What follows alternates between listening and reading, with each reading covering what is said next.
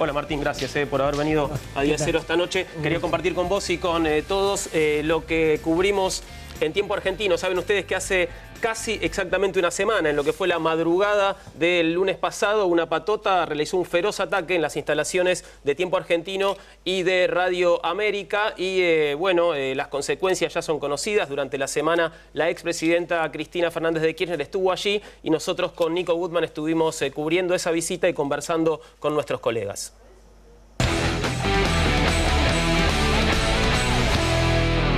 Estamos en Amenábar 23, en el barrio de Colegiales. En este edificio que ven atrás funciona la redacción de Tiempo Argentino y también Radio América. A este lugar, el lunes a la madrugada pasado, entró una patota liderada por el presunto comprador del medio y rompieron absolutamente todo. Después terminaron escapándose. Mire, hablé con el ministro Campo, que es de quien depende la Policía de la Seguridad de Buenos Aires. Me dijo que había sido imputado el empresario. Hasta acá se acerca hoy la expresidenta Cristina Fernández de Kirchner. Lo que ocurrió es absolutamente condenable, repudiable. Vino una patota de noche con el supuesto dueño, que es María Martínez Rojas, que no puede acreditarse el dueño ni del diario ni de la radio. Vino él en persona, con una patota, a romper todo. Es demencial. Vino él en persona, con una patota, a romper todo. Es demencial.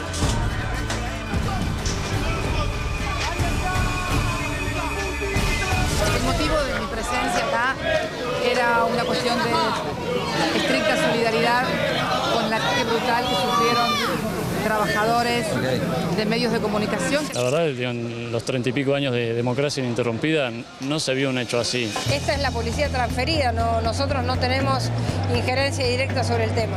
No tiene ninguna posibilidad de generar algún tipo de protección para los trabajadores que están ahí. Depende de la seguridad de Buenos Aires. ¿Cómo fue la visita? ¿Cómo la tomaron ustedes? No, la evaluamos como importante, como expresidenta que venga a dar el apoyo a los trabajadores de Tiempo Argentino y Radio América, la verdad que no es poca cosa. Y después esperamos que sirva.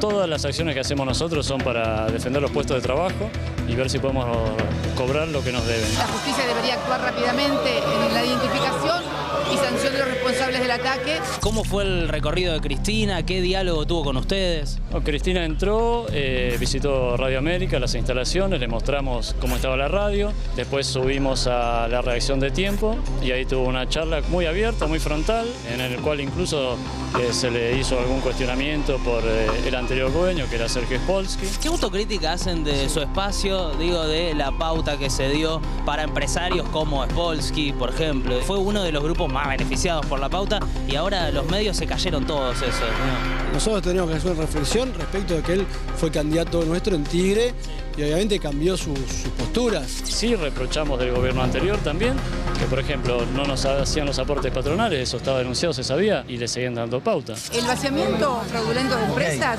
es una figura penal. Hay que denunciar con nombre y apellido y que actúe la justicia contra aquellos empresarios que fraudulentamente vaciaron empresas. El problema de esta gente es que ellos no dejan firmado nada. Vos no vas a encontrar en un lugar que, por ejemplo, la empresa que a mí me paga el sueldo es de Subsociedad Anónima, y de Subsociedad Anónima el presidente es Roberto Flores, que si lo da vuelta no tiene un mango igual que yo.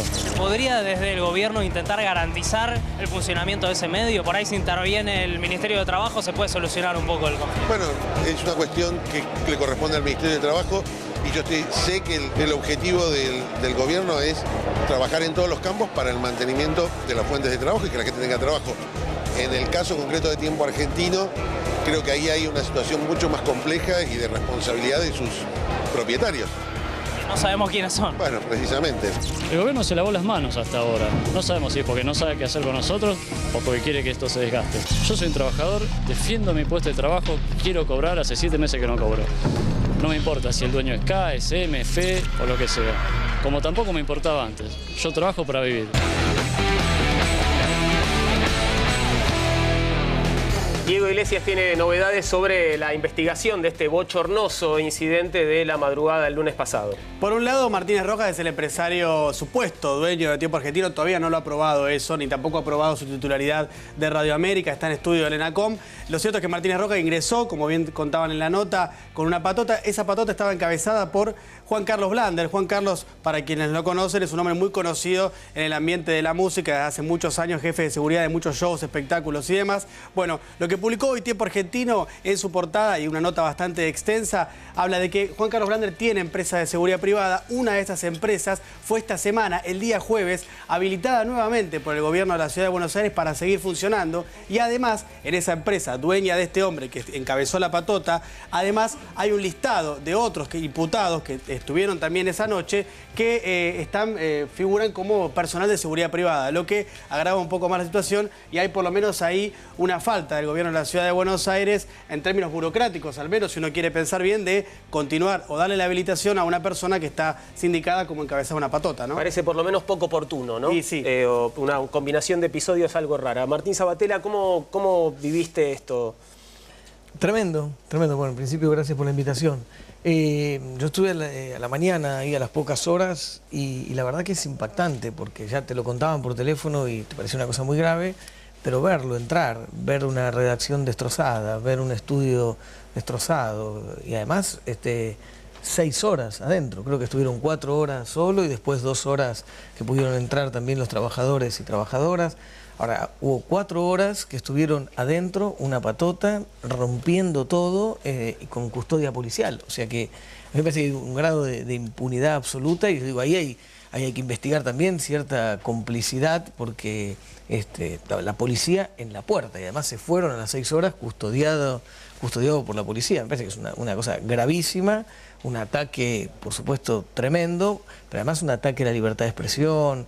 Ahí los trabajadores recordaban que uno no tiene memoria en democracia de haber visto entrar una patota, una redacción y hacer lo que hizo. Después, por supuesto, la preocupación y la solidaridad con los trabajadores y trabajadoras por la continuidad de su trabajo, y creo que es un tema que hay que solucionar, y el Estado no puede estar al margen de esa solución, porque la garantía de la pluralidad, de la libertad de expresión, y la garantía, por ejemplo, de la continuidad de la emisión de una radio está en manos del Estado, porque son señales de todos y de todas. Ahora, veíamos también en la nota a Andrés Larroque, ¿no?, a quien Nico le pedía que esbozara algún tipo de autocrítica. Fuiste la autoridad de aplicación de la ley de medios, que desde ese lugar, digamos, que... Sí, el AFCA no regula medios gráficos, ¿no? No tiene que ver con los medios gráficos, pero más allá de eso, digo, a ver, que hay que investigar también la situación de un vaciamiento. Si hay un vaciamiento, como lo dijo la expresidenta, eso está tipificado en el Código Penal, tiene que actuar la justicia y hay que condenar.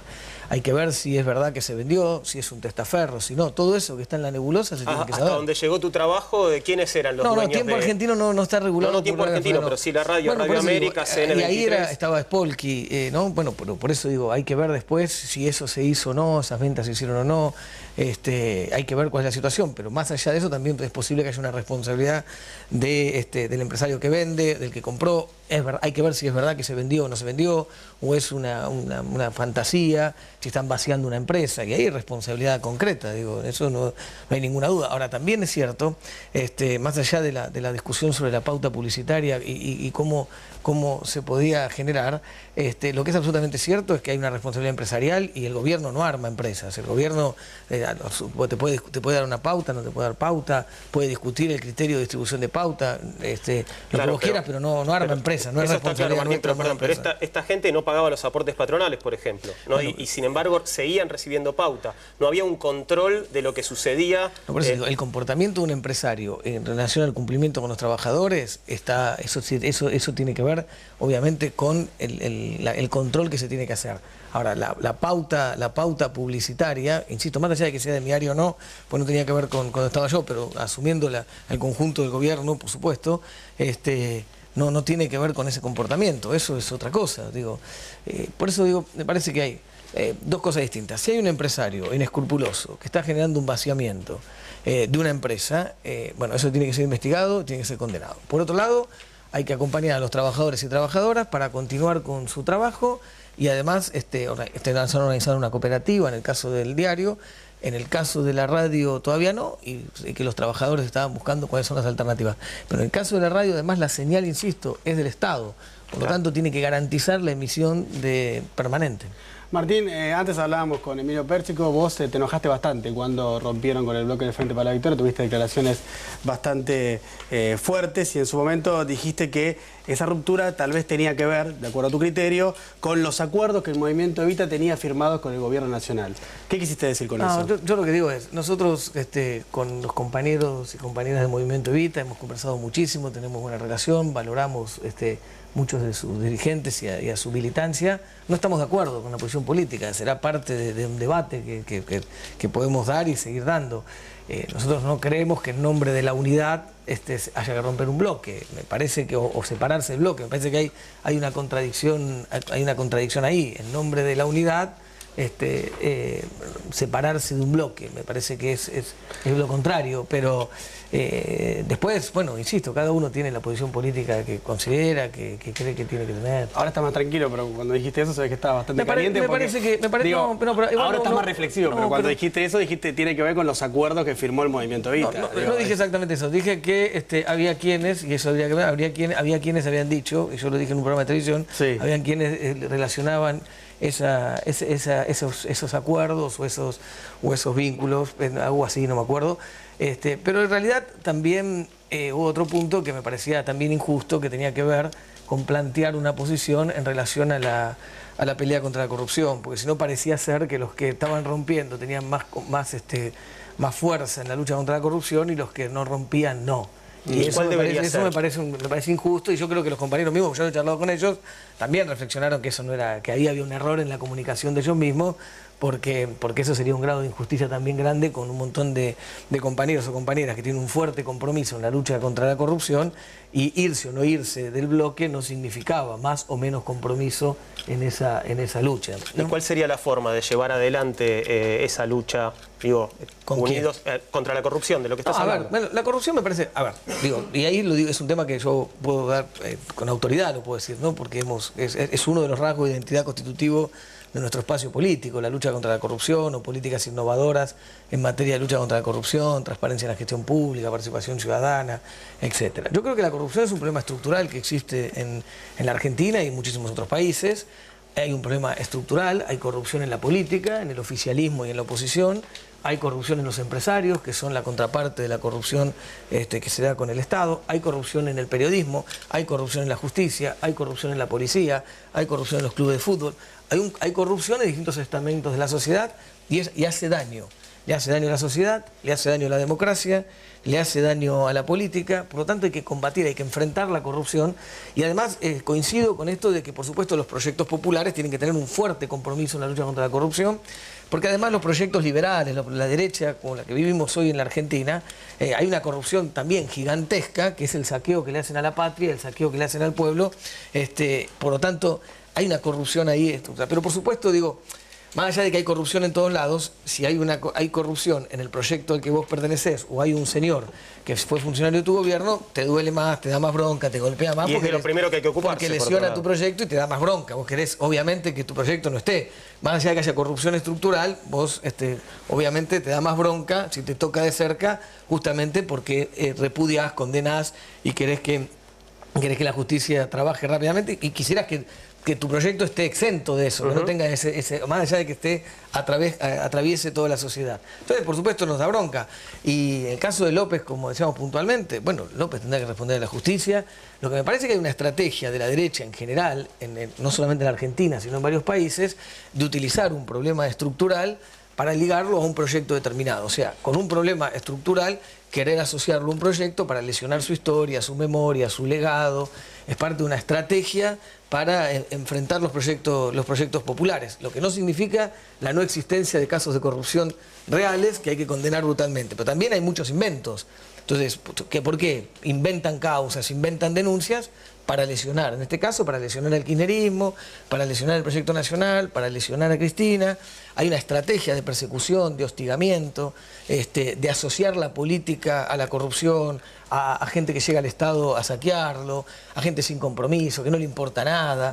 Entonces, porque eso tiene que ver con un objetivo. Por un lado, específicamente al proyecto nacional, por la venganza o por la revancha, mejor dicho, por la revancha de lo que se atrevió a hacer.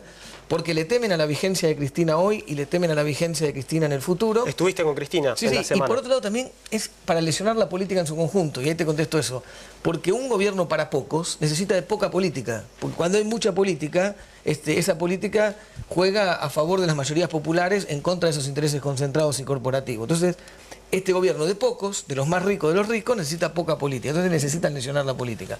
Me preguntabas por Cristina. Sí, por Cristina. Sé que estuvieron juntos, ¿no?, en el Instituto Patria en la semana. ¿Cómo la viste? ¿Cómo la viste frente a sus causas judiciales?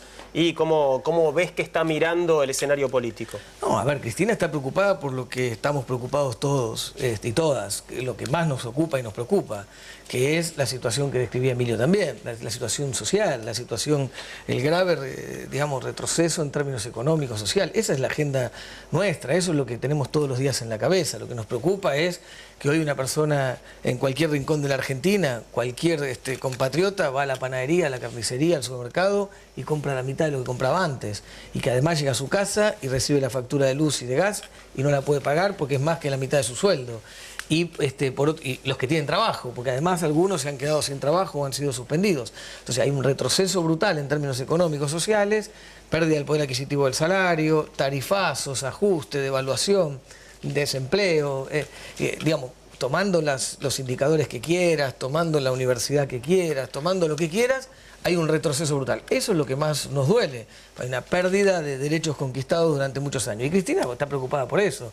Cristina como la líder natural del proyecto nacional, como la dirigente, yo creo, más importante que tiene la Argentina, es naturalmente también la líder de la oposición y como tal ha convocado con brazos abiertos y con generosidad a que nos juntemos todos los que queremos que la Argentina no retroceda, que no vuelva a lo que ya sufrió, a lo que ya vivimos. Esa es la preocupación de Cristina. Ahora, Martín, habló Pichetto, que es el titular del Frente para la Victoria en el Senado, y dijo en declaraciones que los expresidentes no deberían dedicarse a la política activa, en una clara direccionamiento hacia Cristina. ¿Qué pensás de esa frase? No estoy de acuerdo. Además, primero que no estoy de acuerdo que los expresidentes no tengan que, como una cuestión general, dedicarse a la política activa. No sé dónde lo sacó Pichetto eso.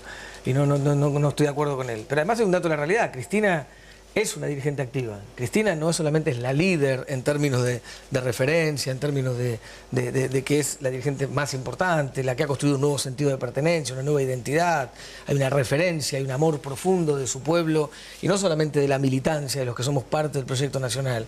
Creo que Néstor Kirchner inauguró una nueva etapa política, social, cultural en la Argentina, que ha generado un vínculo profundo con esas mayorías populares, y Cristina expresa eso hoy. Pero además es la conductora natural en el día a día, en lo cotidiano. Cristina conduce el proyecto nacional en el que nosotros somos parte. Por lo tanto, querer que no esté activa es querer cambiarle la actividad que hace todos los días.